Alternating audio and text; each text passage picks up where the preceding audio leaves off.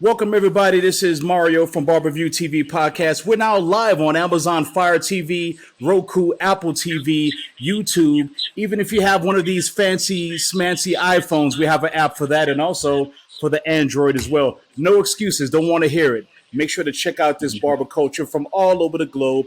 We're in 32 countries is checking this out. They're dialed in for the barber culture. Also, follow us on all social media platforms and make sure to hit that subscribe button or follow button wherever you download your favorite podcast. Check us out on Apple Podcasts, iHeart Media, pretty much any podcast that you listen to, network, we have you covered. And once again, thank you so much for all the shouts outs and the support. And also, as a reminder, please check us out on our Film Festival nominated docuseries, New School, a Tyreek Jackson story. We just been nominated as a finalist for the 2022 Diamond State Film Festival.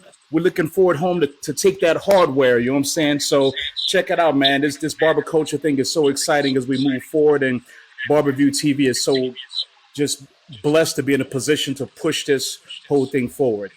So I got an awesome guest today, joining us from Philadelphia, man. I miss Philly so much, bro. I mean, I keep saying that. I'm end up probably moving back there in a year or so. Watch. I just love the vibe, the people. It's just good all the way around. Uh, barber instructor, just a dope person all the way around. I had a chance to chop it up with him a couple of weeks ago. Also, he's got a product line. He's got a lot of stuff going on. Plus, also anyone that is part of the culture, we want to have them on the show so they could tell us about, how they got into the game and all those things for all of those to be inspired into the barber culture. So without further ado, I got Fresh the Barber on. What's up, brother? How you doing, man? What's going on, bro? It was a pleasure. Thanks for having me, man. Thanks for having me. It was a pleasure. Thank you. Thank you so much. Yo, what's the temperature out there? It's like 100 and hell degrees out here in Vegas, show. I touched down and I was melting. It was actually yesterday. It was damn near a bean. Today it was 90 something. It was hot. It's hot. It's a different type of Oh, hot man. as opposed to Vegas and Philly Yeah. because the humidity is a little bit Yeah. different. But it's definitely hot. Yeah. It's definitely AC That's what's up. on blast. Yeah, bro. Yo, my AC's crying right now. For Yeah. sure. Yeah, man. Uh, So thanks for joining our show, man. And once again, just thanks for your time. So tell us a little bit about how you got into barbering. Um. So barbering, I tell people this all the time. I tell people you can get the short version or the long version. But honestly, barbering fell in my lap, man. It was just something that it came to me at a time where I needed something. I put it like that. So straight out of high school, I went to college.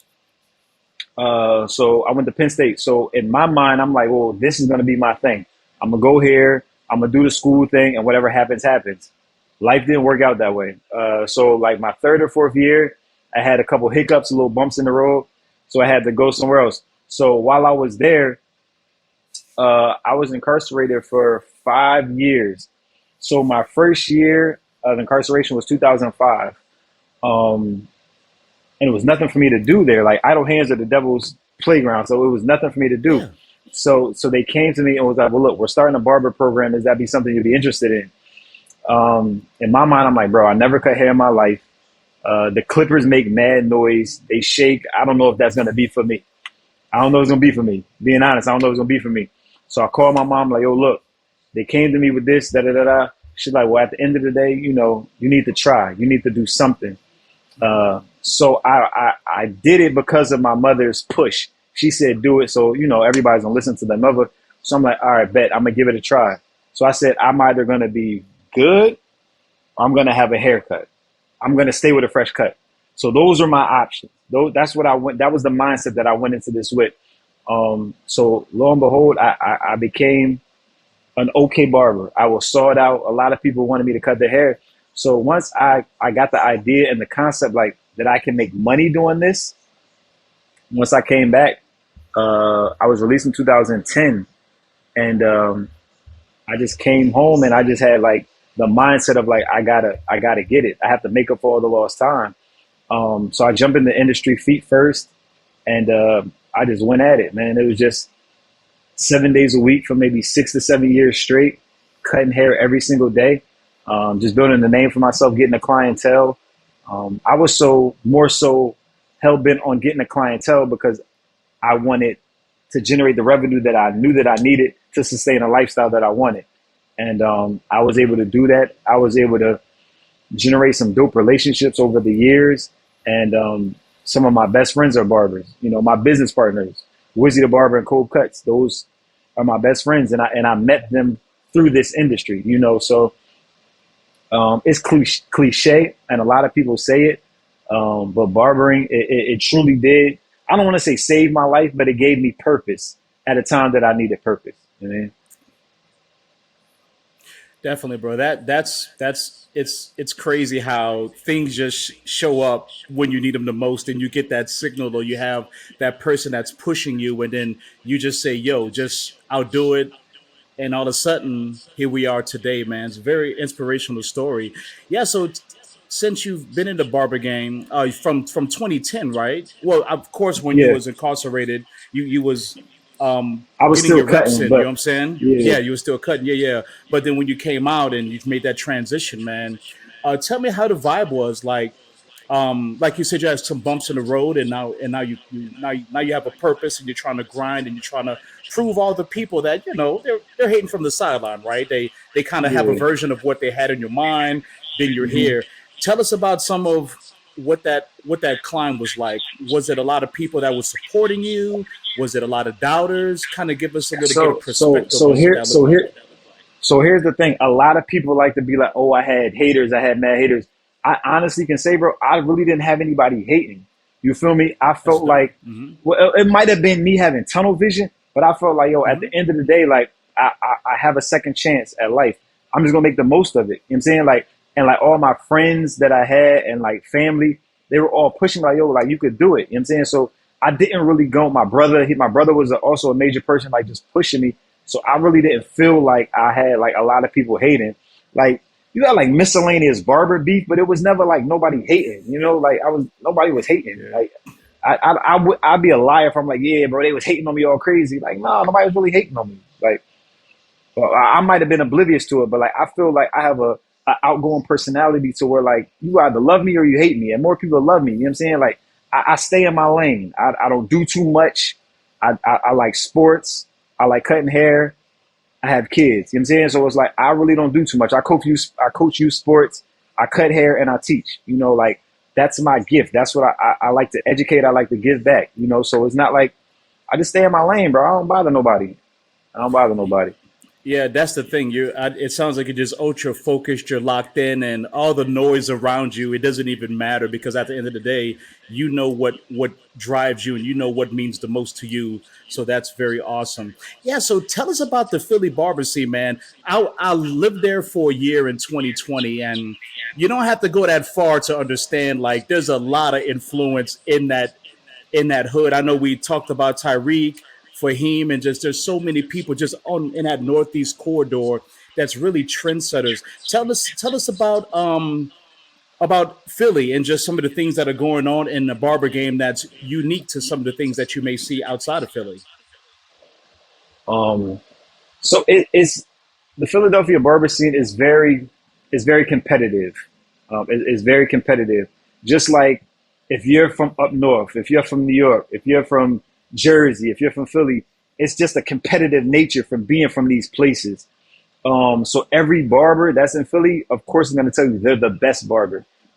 And I tell people all the time, if you're going to do anything, you should aspire to be the best. I tell my daughter that, and I tell my son that. If you're going to play football, you got to be the best. If you're going to cheer, you have to try to be the best.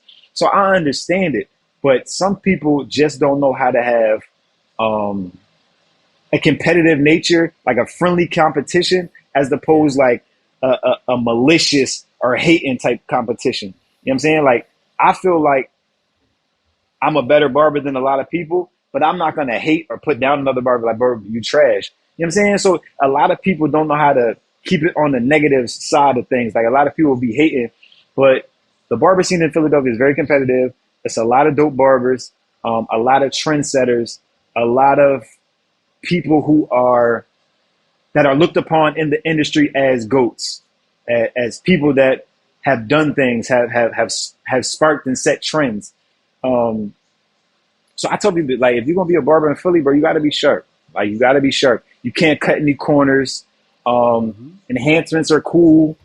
Um, but you have to have the ability to do a 1.5 with the grain, give me some nice C's, a dope line, and my beard look good. Like to be successful in Philly, you have to be able to do that, and you have to be able to do a fade. You have to be able to do a ball fade and a Caesar.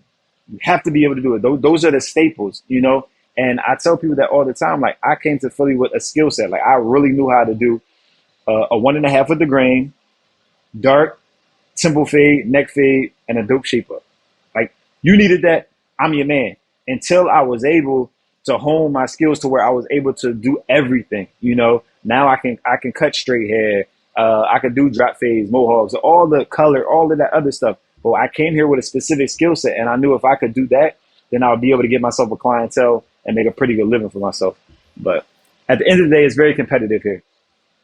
That's what's up. So tell us a little bit about your instructor career, right? Because a lot of schools don't really. I mean, some get into the instructor game. I've heard it a couple different ways. Some just want to just give back and do it. A lot of places like that it's not popping. Um, they're just they're not in tune with everything that's going in the industry as of today. So now that you're a barber in a very competitive area where like your cuts or your billboards, like they have to be on point because people will, they'll sit there and be like, yo, he sucks or yo, this or that, right? Yeah, So really will. how are your students kind of like warming up to the fact that yo, you're just not an ordinary instructor. Like you have a lot of experience in the game. You're giving them game and knowledge on how to be a successful barber. So at the end of the day, like I tell people, well, my students is at the you have to first and foremost when you start school, you have to have a why. Like, why are you here? Why are you doing this? Because without a strong why, you'll fall to the wayside. It'll be days where you're like, yo, I don't feel like coming. I'm not gonna make it. You have to have a why, and I just tell them like, bro, like you like this just can't be like a hobby. Like this is a career, and if taken serious, you can elevate yourself and your family to places that you wouldn't even fathom. Um, so I have to give Reek a shout out to Reek Jackson. I worked at Premiere for maybe 2.5 years, and I can say that under him, I developed and I became a better instructor while I work with Tariq. So from there, I now work at Westchester School of Barbering, Champion School of Barbering in Westchester. So I'm the lead instructor there, and it's just you have to be teachable, you have to be coachable, even at your highest point. I'm a teacher, I'm an educator at the program. I run the education of like side of the school, but at the end of the day, I'm still coachable, I'm still teachable. I can learn from my students. You can't go into with the mindset like I know everything. So I just try to remain coachable and teachable and have my students feed off of that energy. Gotcha. So, like you said, Philly has some very legendary styles, right? A lot of people don't deviate too much from the OGs that want to come in and get that standard cut. Well, what are some of the things that you've noticed since you've been in the game that has transitioned to some newer styles? And I don't even feel like it's just Philly. I feel like the I don't know if it's the X or the Z generation, but these new kids, like all they want is just a shape up and this nappy top, like just a nappy top. Just don't cut the top, bro. Like that, don't cut the top, bro. Just give me a shape up. And I tell people this all the time. I feel like this fad came with the Duke starting five, their national championship year. All of the kids really, really just wanted that. And prior to the Duke starting five, you had the Mohawk, the Odell Beckham, like they just want the blonde patch. So like as fads come and go, like throughout like hip hop culture, athletes, like these trends are gonna come and go. And like us when we were kids, we are inspired and are led to follow the athletes that you look up to. So as a barber, I feel like you have to be a chameleon. I can go to anywhere in the United States or any other country, and I will be able to chameleon. I'll be able to adapt to what they do, but yet and still stand out as Fresh the Barber, as a barber from Philly, who, you know what I'm saying, like you're gonna know, like, damn, like who cut that? You know, like, and I feel like, I'm not gonna just say that for myself. I feel like every person or every barber in the tri-state, you know, like you're gonna be like, damn, who cut you? But I can go anywhere and blend in. You're not gonna be like, damn, that's a horrible haircut, or like, what's so different? And I feel like you have to be able to transition. You can't be a one-trick pony. If you're a one-trick pony, you're not gonna last. You're not gonna last.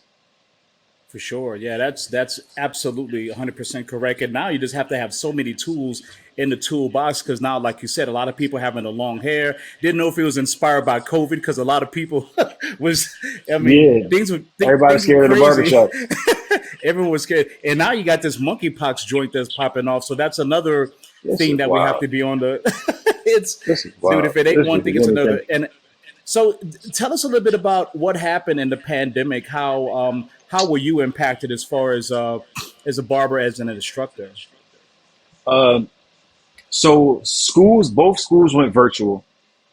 So we were teaching Zoom or Join Me.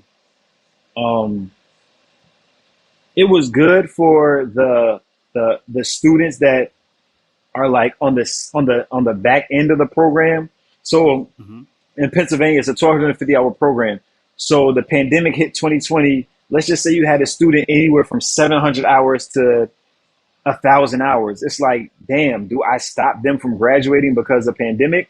We figure out a way.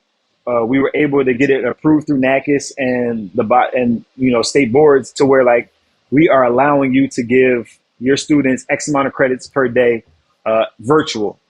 So I was happy because we were still able to graduate and get people done with the program that started it. Because that would have been crazy. You just start the program, you three-fourths done the program and you can't finish. So just the ability to have those people finish, that was cool. I was cool with that. But it was again like the theory portion of the programs, like the books and the workbook and all of that stuff. Like they were still getting that form of education, so they were still getting what they needed, but it was just the hands-on stuff that they were missing. And some people learn different than others, so it just depends on what type of learner you are.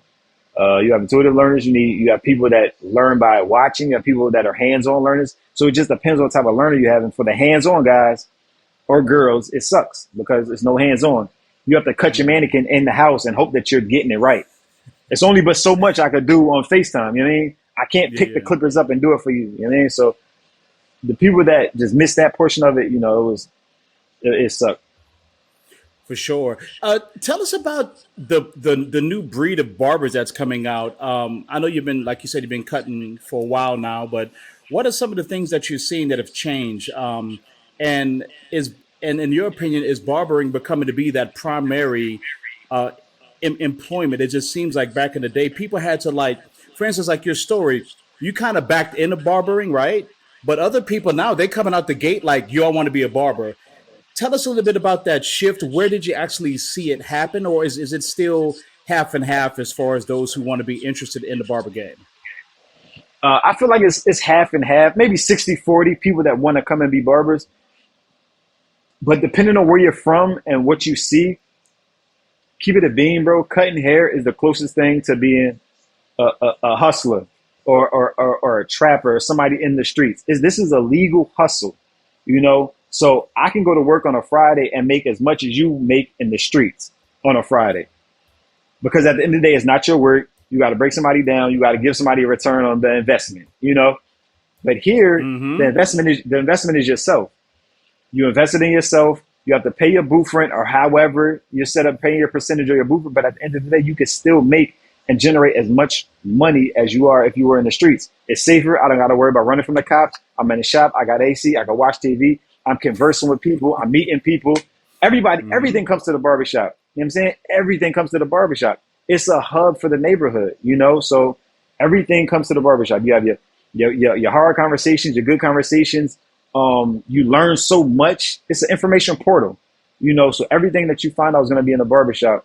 Your gifts for your mom, Valentine's Day gifts for your kids. Everything is going to be coming through those doors, you know? So I feel like a lot of kids are seeing it and seeing the opportunity just from social media. Because social media is, of course, is crazy now. So people are seeing barbers that are becoming more than just barbers. They're stepping from behind the chair. They're doing other things that look really, really cool to kids. And it's like, um, I don't have to go to I don't have to go to a university for this. I don't have to go to 4 years schooling for this. I can get this done in 10 to 12 months, have my license, and my career starts. A lot of students, I have two students right now, Evan and Ricardo. Evan is 19, 20 years old, and Ricardo is 19, 20 years old. Bro, That's these kids, crazy. that they have their entire lives in front of them, and they're so talented. And just, bro, I wish I started when I was 20. Like going to Penn State was like, those were some of the best years of my life, bro. But I think to myself, like, what if I started this at 19 years old? Like, it's just Yeah, crazy. And people have this and have that thought now. Like, maybe I should do this. Maybe I can go to a trade school as opposed to going to a 4 year university or a 2 year junior college or community college.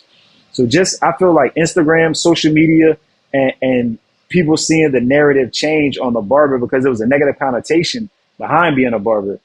A lot of people like, you're half in the streets, you're half behind the chair. But now it's like, no, like, I'm 100% a barber.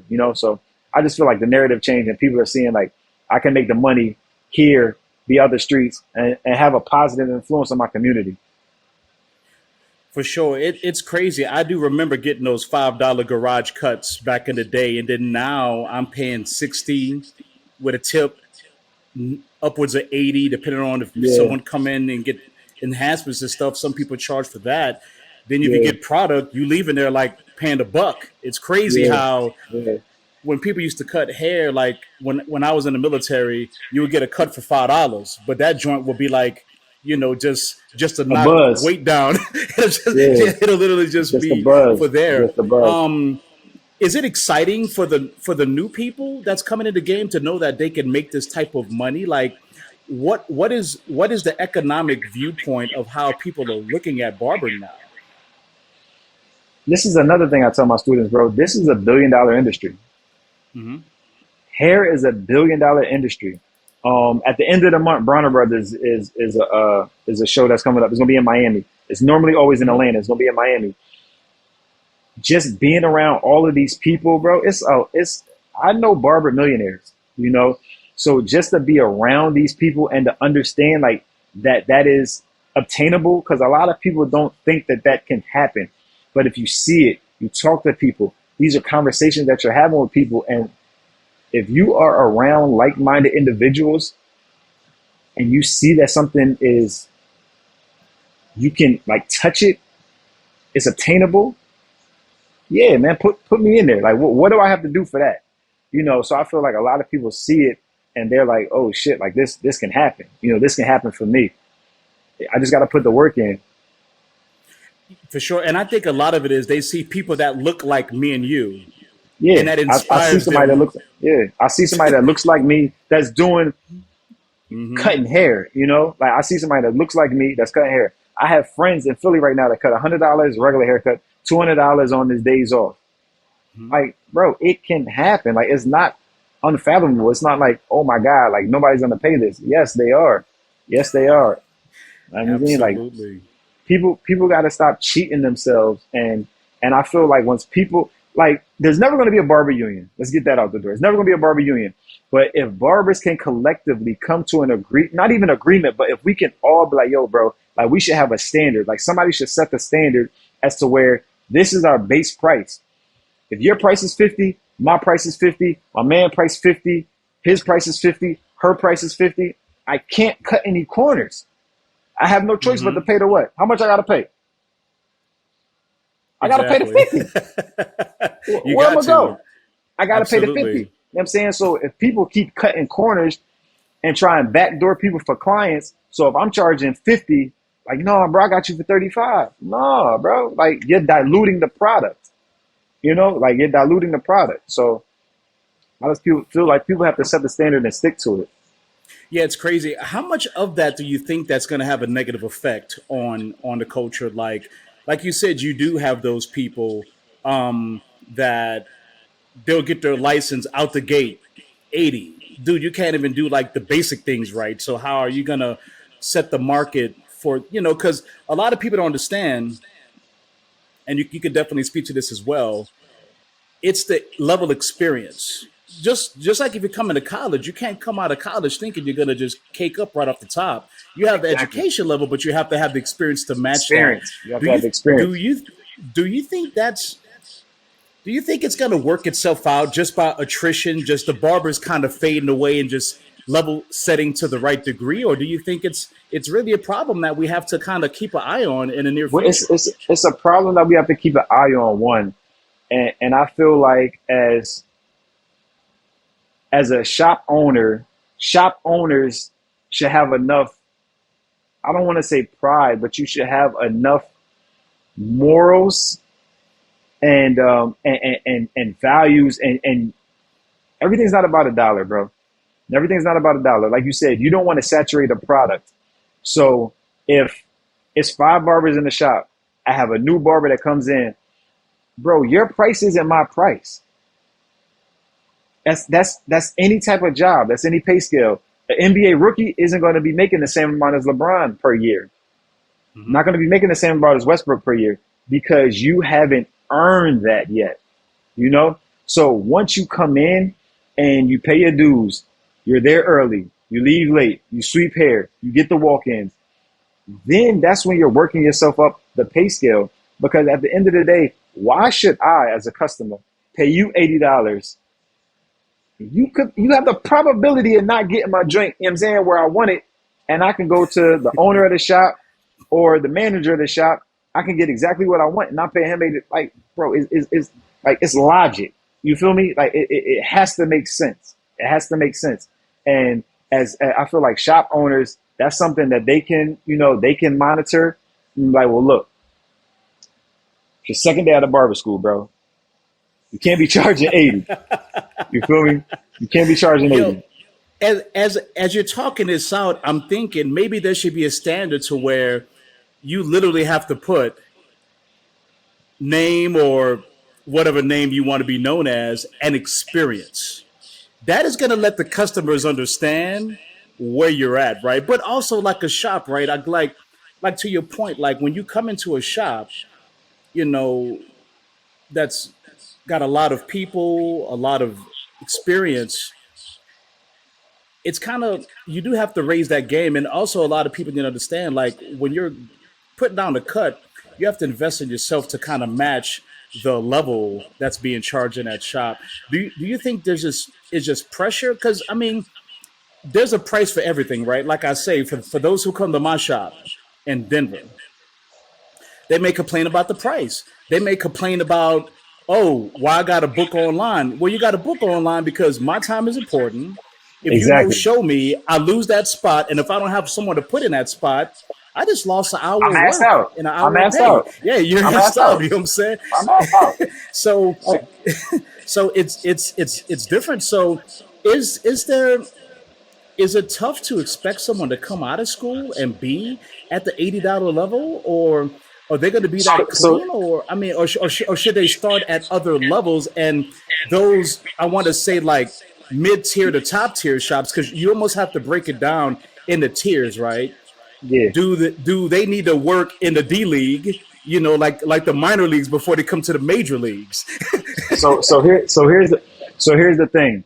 Um, there are there are examples of both. So I've had students that graduate and have cut better than people that have been cut in 20 years. So like you said, it's about the experience. Some people come to school that just need a license. They've been cutting for X amount of years and they just need that piece of paper to make them official. Um, so I can't tell him like, yo, you just came out of school, but because you haven't been in this barbershop or because you just graduated, then you're on this scale. That I can't do that. You know, it's a process to where like if I'm a new barber, I'm leaving or I'm graduating barber school, barbers that own shops need to take this more serious. So it needs to be an interview process. It needs to be a wooing process. You need to come to the shop. You need to sweep up. You need to watch the guys around the shop. I need to watch you do a haircut. If I watch you do a haircut, I can then assess myself like, okay, cool. You're good. I don't need to baby you. I don't need to give you 2 hours between appointments. I don't need to set you at a lower rate because I see the quality of work you can do, and I see in the time which you can get this quality work done. So it's going to be, it's going to take for the owners of these shops, the managers of these shops, the people that run these shops to take it a little bit more serious and have a better understanding of the interview process. If you interview people better, you don't have to worry about this. You know what I'm saying? If I interview you and I see like, yo, the cut's a little slow, the haircut's a little shaky, bet. I know that you're somebody I need to work with, but I want to fill that chair. An empty seat not paying me, So Yeah. I would rather you get in this chair, but I can groom you, I can work with you. Like I'm not gonna be having your chair spinning all crazy and you can't keep up with that. Like you can't do it. I'm not gonna do that to you. And I'm not gonna do that to the shop and the product that we're kicking out every day. Yeah, for sure. That's real talk, man. Just to take a step back about what you're doing personally, and some of your path that you're on right now. If barbering wasn't an option, and I know it's kind of hard to look into a time machine and in that moment in time, if you could look back, if barbering wasn't an option, where do you think you would be right now? What was some of your goals before barbering kind of bumped into you? I'm curious about that. If you could share. Yeah, most definitely. So sports has always been my thing. I played basketball my whole life. So honestly, my mindset at 18 was I'm gonna go to school, walk on the basketball team, see how that goes, and I wanted to be Stuart Scott. I wanted to be Rest in a peace to Stuart anchor. Scott too, bro. Man, I Yeah, can't. rest in peace, Stuart Yeah. Scott. So I wanted to be a anchor or a person that worked for Sports Center. I wanted to work for ESPN. So I just wanted to be in the sports world. I didn't know if it would be at that time. I didn't have the foresight to see myself coaching, but I know I wanted to be in sports. So anything in ESPN, I would have been an intern at ESPN, turned into somebody that was on air personality, or somebody that wrote stories. I like writing. I like speaking. So just anything in the sports industry pointed towards ESPN. Point me towards ESPN. That's all. Oh, That's that's all I what's want to up, do. man. Hey, that's dope, bro. Yeah, man. So just tell us where do we see yourself in the future? What's up next for you? Um, Next for me is just continue to educate, continue to elevate the barber industry to just to do my small part. I feel like if I continue to educate and to help students get their license and just show them the right way, like don't be doing no shady shit. Just go about it the right way. Um, I feel I'm just doing my part to elevate the barber industry and just continue to have it grow. Again, like I'm not gonna be cutting hair my whole life. I'm not gonna be behind the chair my whole life. So my gift is to give back to others and help people get to where they want to be. Um, and eventually, you know, there could be the next group that are pushing the culture and pushing the industry forward. So that's all I want. That's what's up, man. And I think that's pretty fair, and it just shows to you wanted to give back and have that team concept, of just getting everyone at the same level and pushing towards excellence. So to me, that makes perfect sense. Yo, man. So tell us where we could find you if we're in the Philly area. Go ahead and shout out your social medias and what you got coming up. Fresh the Barber 5 on Instagram. Dope Hair Care 3, that's the product line. Wizzy the Barber, Cold Cuts. Follow us, man. You already know. They know about the Dope Boys, man. They know what we be doing out here. You know what I mean? They already know. I love it. But again, man, just peace and love to everybody, man. Be safe, and anybody got any questions, DM me. I'm an open book, bro. I'm just here to help. If I can't help, then I'll put you in the right direction just to help you grow and to get you where you want to be. I mean, I'm not stingy. I'm not a hoarder of information. I'm not a hoarder of knowledge. If I know it, I want to help the next person. You feel me? Yeah, that's what's up, man. Yo, man, you dropped a lot of gems on us today. I know people are going to watch this, they're going to hear it, they're going to see themselves in what you're saying and what they're hearing, and I think that's an ultimate gift for the culture, man. So I'm really just excited just to hear your stories, your insight, and just where you've been and where you're at now. I think that's just a gift for anyone that's authentic with themselves and could look in the mirror and say, "Yo, I could be motivated by what I'm hearing right now." So that's awesome. Well, yo, man, thanks so much for your time. I know it's mad late over there, almost 10 o'clock, man. It's time to go to bed, bro. Yeah, yeah, You it's got things cool. going on. It's cool. But yo, It's this is cool, man. Mario with Fresh the Barber, man. I really appreciate it, brother. Peace out, everybody. Appreciate You you. already know. Peace.